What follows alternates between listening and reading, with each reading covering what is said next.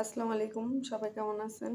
এই যে দেখেন আজকে আমি শুটকির ভর্তা বানাবো। এখানে আমি নিছি শুকনো মরিচ, আর এখানে আছে কাঁচা মরিচ, আর হচ্ছে শুটকি।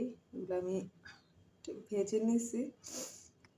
তো আমি প্রায় সময় বানাই, রসুন দিয়ে বানাই, কিন্তু আমি রসুন বেশি একটা ভাল লাগে না, মিঠা মিঠা লাগে।